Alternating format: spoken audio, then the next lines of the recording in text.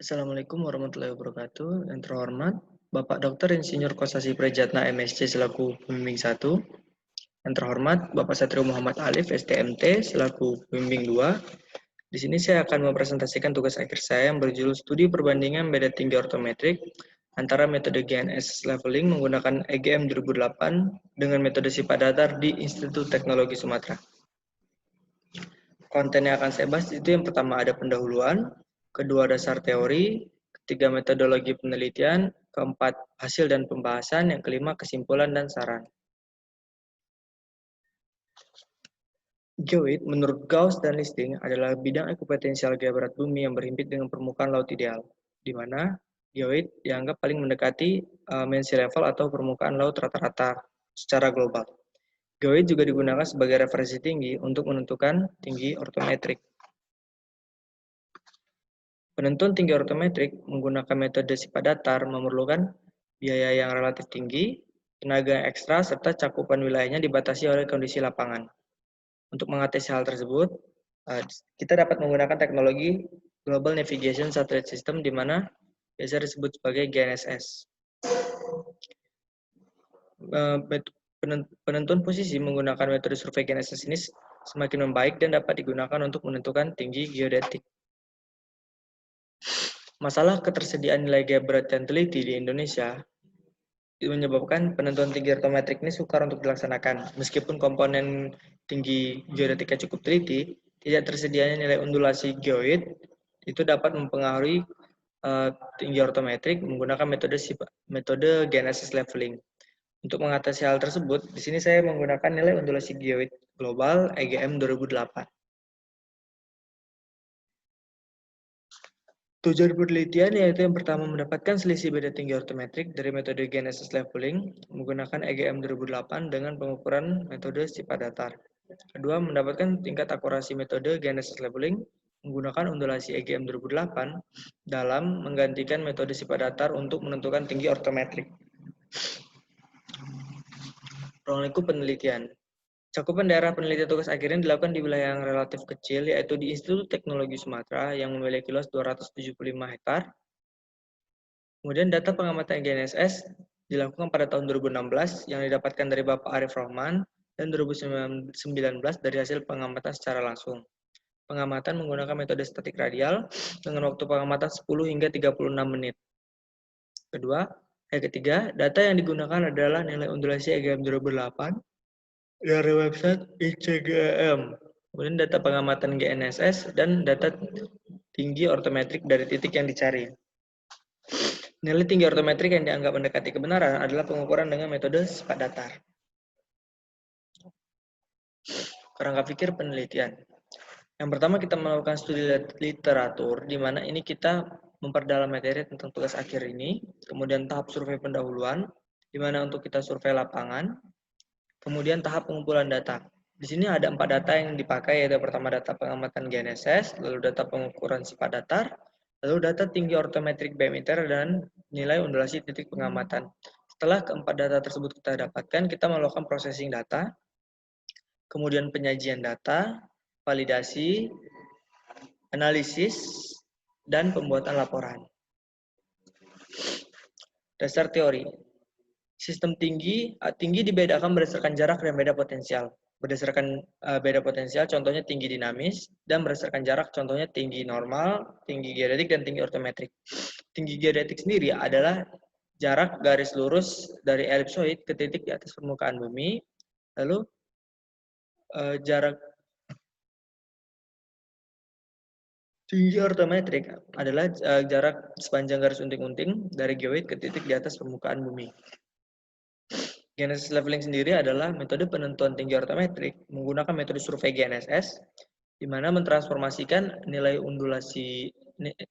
tinggi geodetik ke tinggi ortometrik menggunakan nilai undulasi pada titik tersebut. Untuk mentransformasinya bisa dilihat pada rumus di bawah, yaitu tinggi ortometrik sama dengan tinggi geodetik dikurang nilai undulasi. Pengukuran sifat datar adalah proses menentukan beda tinggi antara titik di atas permukaan bumi secara teliti, menggunakan garis bidik mendatar yang diarahkan ke rambu di atas yang berdiri tegak secara vertikal. Di sini bisa dilihat rumusnya beda tingginya itu benang benang tengah belakang dikurang benang tengah depan, kemudian rumus jarak itu benang atas dikurang benang bawah dikali 100, lalu jarak satu slug adalah jarak depan ditambah jarak belakang. Pengukuran sifat datar memanjang bertujuan untuk mengetahui beda tinggi sepanjang garis pengukuran.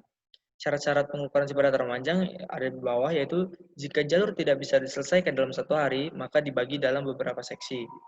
Tiap seksi diatur dalam jumlah slug yang genap, lalu perpindahan rambu dilakukan dengan cara lompat katak. Hal ini untuk mengurangi kesalahan rambu. Kemudian, usahakan alat berada di tengah-tengah antara rambu depan dan rambu belakang. Di mana ini untuk mengurangi kesalahan bacaan, dan jarak dari alat ke rambu paling maksimal adalah 75 meter. Lalu pengukuran double stand dilakukan pergi pulang, dan selisih bacaan stand 1 dan stand 2 tidak boleh lebih dari 2 mm. Metodologi penelitian. Lokasi penelitian tugas akhir ini relatif kecil, di mana dilakukan di Institut Teknologi Sumatera, Desa Waihui, Kecamatan Jati Agung, Kabupaten Lampung Selatan. Dengan panjangnya 2,26 km dan lebarnya 1,53 km yang memiliki luas 275 hektar. Untuk waktu pengamatan GNSS sendiri dibagi menjadi 4 sesi, yaitu sesi pertama tanggal 29 Oktober tahun 2016 dengan durasi pengamatannya 30 hingga 36 menit. Dari jumlah satelitnya 18 hingga 23 satelit. Sesi kedua yaitu tanggal 5 November tahun 2016 dengan durasi pengamatan 10 hingga 13 menit dan jumlah satelitnya 11 hingga 18 satelit. Lalu sesi ketiga tanggal 14 Juni tahun 2019 dengan durasi pengamatan 30 menit, jumlah satelitnya 17, dan sesi keempat tanggal 16 Juni tahun 2019 dengan durasi pengamatan 31 menit dengan jumlah satelitnya 19 satelit. Untuk sesi 1 dan sesi kedua yang dilakukan pada tahun 2016 merupakan data hasil permintaan dari Bapak Arif Roman, dan sesi ketiga sesi keempat pada tahun 2019 adalah data pengukuran secara langsung dengan metode statik radial. Untuk titik-titik yang diamati setiap sesinya bisa dilihat pada keterangan di bawah.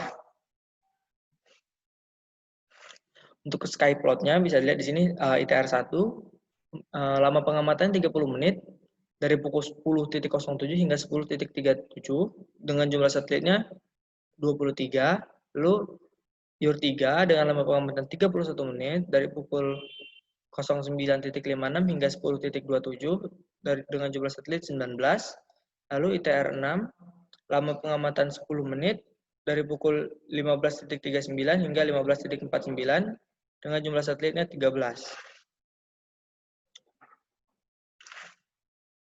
Diagram alir pengolahan data. Untuk data pengamatan GNSS, di sini pertama kita melakukan pembuatan job dan lokasi penyimpanan, kemudian masukkan data GNSS, kemudian pengaturan titik kontrol, kemudian pengolahan posisi GNSS, sehingga dapatkan laporan titik pengamatan GNSS, di mana itu mendapatkan koordinat berupa lintang, bujur, dan tinggi geodetik. Dari data EGM 2008, kita mendapatkan nilai undulasi EGM 2008. Kemudian kita melakukan perhitungan tinggi ortometrik GNSS leveling dari tinggi geodetik dan nilai undulasi yang telah didapatkan sebelumnya. Sehingga kita mendapatkan tinggi ortometrik GNSS leveling. Di sini kita akan mengurangkan terhadap ITR 3 dan ITR 5. Saya memilih ITR 3 dan ITR 5 dikarenakan kedua titik tersebut merupakan titik yang memiliki durasi pengamatan paling lama dibandingkan titik-titik yang lain. Sehingga didapatkanlah beda tinggi ortometrik GNSS leveling terhadap ITR 3 dan terhadap ITR 5. Data pengukuran sifat datar, kita melakukan perhitungan beda tinggi sehingga didapatkan tinggi ortometrik sifat datar. Kemudian kita gabungkan tinggi ortometrik dari hasil pengukuran sifat datar dengan tinggi ortometrik yang telah didapatkan dari Bapak Arif Roman sebelumnya, sehingga didapatkan tinggi ortometrik. Kemudian kita kurangkan terhadap ITR 3 dan ITR 5. Kemudian kita bandingkan beda tinggi ortometrik GNSS leveling dengan beda tinggi ortometrik sifat datar untuk mendapatkan selisih beda tinggi GNSS leveling dan sifat datar.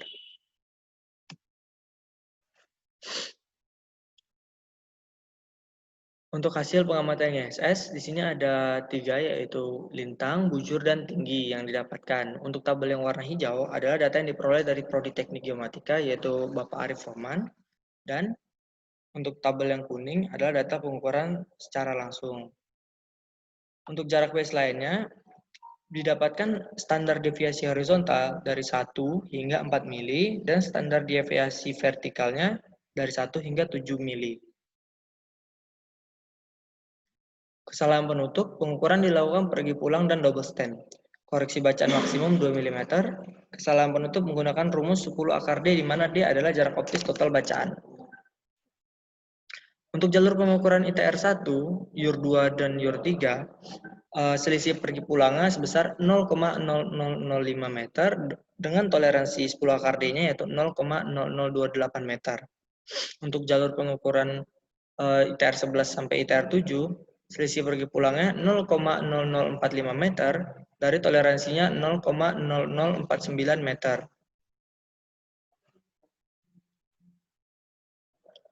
Untuk jalur pengukuran penggambarannya bisa dilihat di samping. Di sini pengukuran sifat datar dianggap baik karena selisih kesalahan penutupnya tidak melebihi dari toleransi yang telah ada. Di sini kita bisa mendapatkan tinggi ortometrik, genesis leveling, dan tinggi ortometrik sifat datar. Di sini didapatkan nilai undulasi sebesar 14,336 yang didapatkan dari website ICGEM. Lalu dari tinggi ortometrik sifat datar, dari tabel yang hijau yaitu data pengukuran yang diperoleh dari Prodi Geomatika yaitu Bapak Arif Rahman, dan data pengukuran secara langsung yang kuning. Selisih beda tinggi terhadap ITR 3 memiliki rata-rata 0,073 meter dengan RMSE-nya 0,274 meter. Untuk posisi titik-titik ITR 3 dibandingkan titik yang lain bisa dilihat pada gambar di samping. Kemudian selisih beda tinggi terhadap ITR 5 memiliki rata-rata minus 0,006 meter dengan RMSE-nya 0,024 meter. Posisi titik ITR 5 terhadap titik yang lain bisa dilihat pada gambar berikut. Nah, untuk lokasi titik-titik tiap pengamatan dilihat pada gambar berikut. Pembahasan. Beda tinggi ortometrik, metode genesis leveling memiliki nilai yang berbeda dengan metode sifat datar.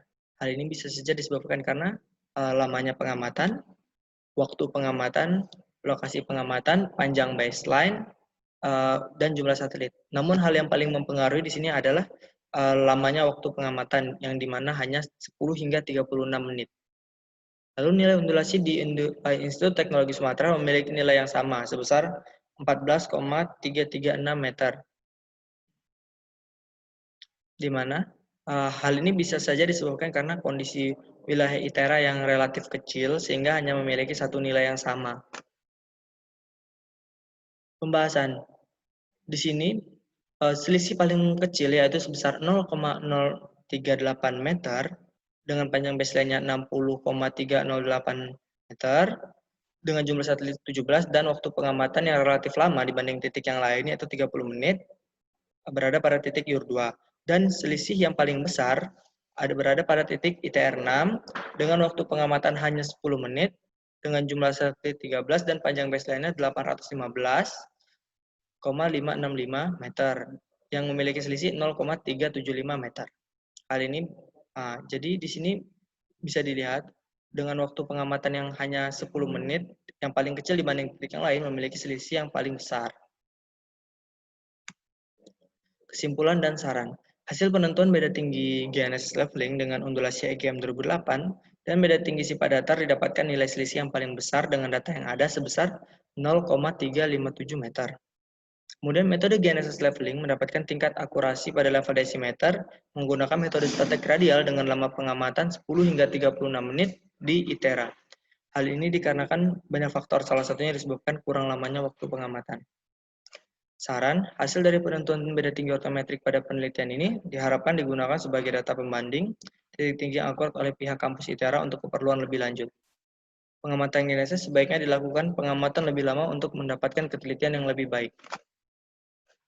Baik, sekian presentasi dari saya. Assalamualaikum warahmatullahi wabarakatuh.